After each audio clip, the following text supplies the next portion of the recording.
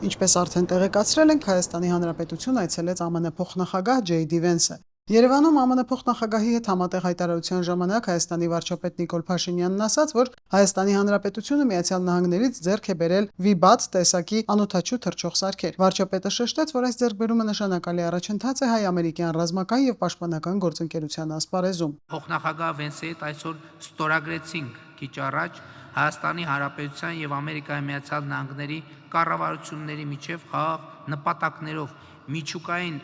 էներգիայի ոլորտում համագործակցության մասին 1-2-3 կոչվող համաձայնագրի բանակցությունների ավարտի մասին համատեղ հայտարարությունը։ Այս համաձայնագիրը նորեջ կբացի Հայաստանի եւ ԱՄՆ-ի միջև խորացող էներգետիկ գործընկերության ասպարեզում, կնպաստի Հայաստանի էներգետիկ ռեսուրսների բազմազանեցմանը, անվտանգ ու նորարարական տեխնոլոգիաների ներգրավման։ Իմ երախտագիտությունն եմ հայտնել նաև միջուկային անվտանգության ոլորտում ԱՄՆ կողմից Հայաստանին ցուցաբերած երկարամյա աջակցության համար եւ պատրաստակամություն եմ հայտնել ել ավելի զարգացնելու ոլորտային համագործակցությունը երկու երկրների համար կարևորագույն ուղղություններով։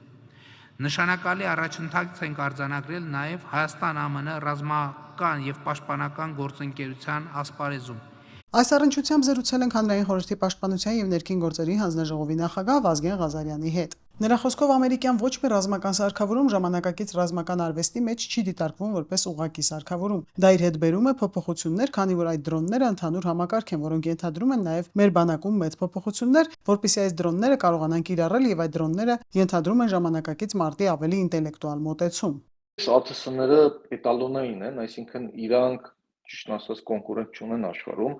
Առաջին հերթին այդ ԱԹՍ-ների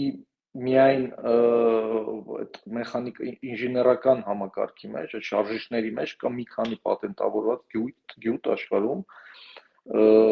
Առաջինը այդ ԱԹՍ-ները չհաշված իրենց գաբարիտներին ու քաշին պահանջում են ընդամենը 3-3-ի վրա, մետրի մասին է խոսքը, տեղանք, թռիչքի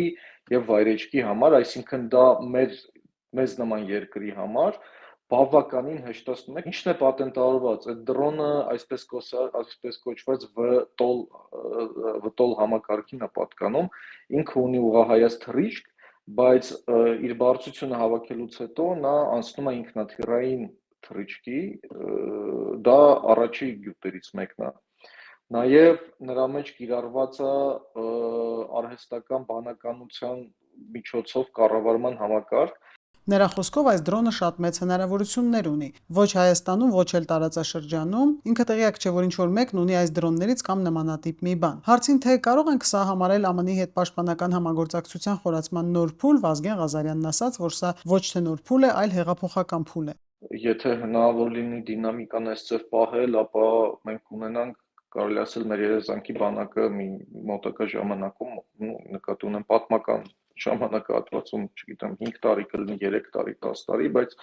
սա հեղափոխական փուլ է։ Ի հավելումն նա ասաց, որ սա ուղիղ մեսիջ է, որ առաջին հերթին Հայաստանն արդեն դիտարկվում է որպես հավատարիմ ու հուսալի դաշնակից, եւ Ամերիկան այն պետությունը չէ, որ կիսվում է իր ռազմական տեխնոլոգիաներով, ու դա ինչ որ ոտնձգություններից առաջ մեկ անգամ ավել հավանական հակառակորդը կմտածի, քանի որ սա իրոք շատ լուրջ մեսիջ է։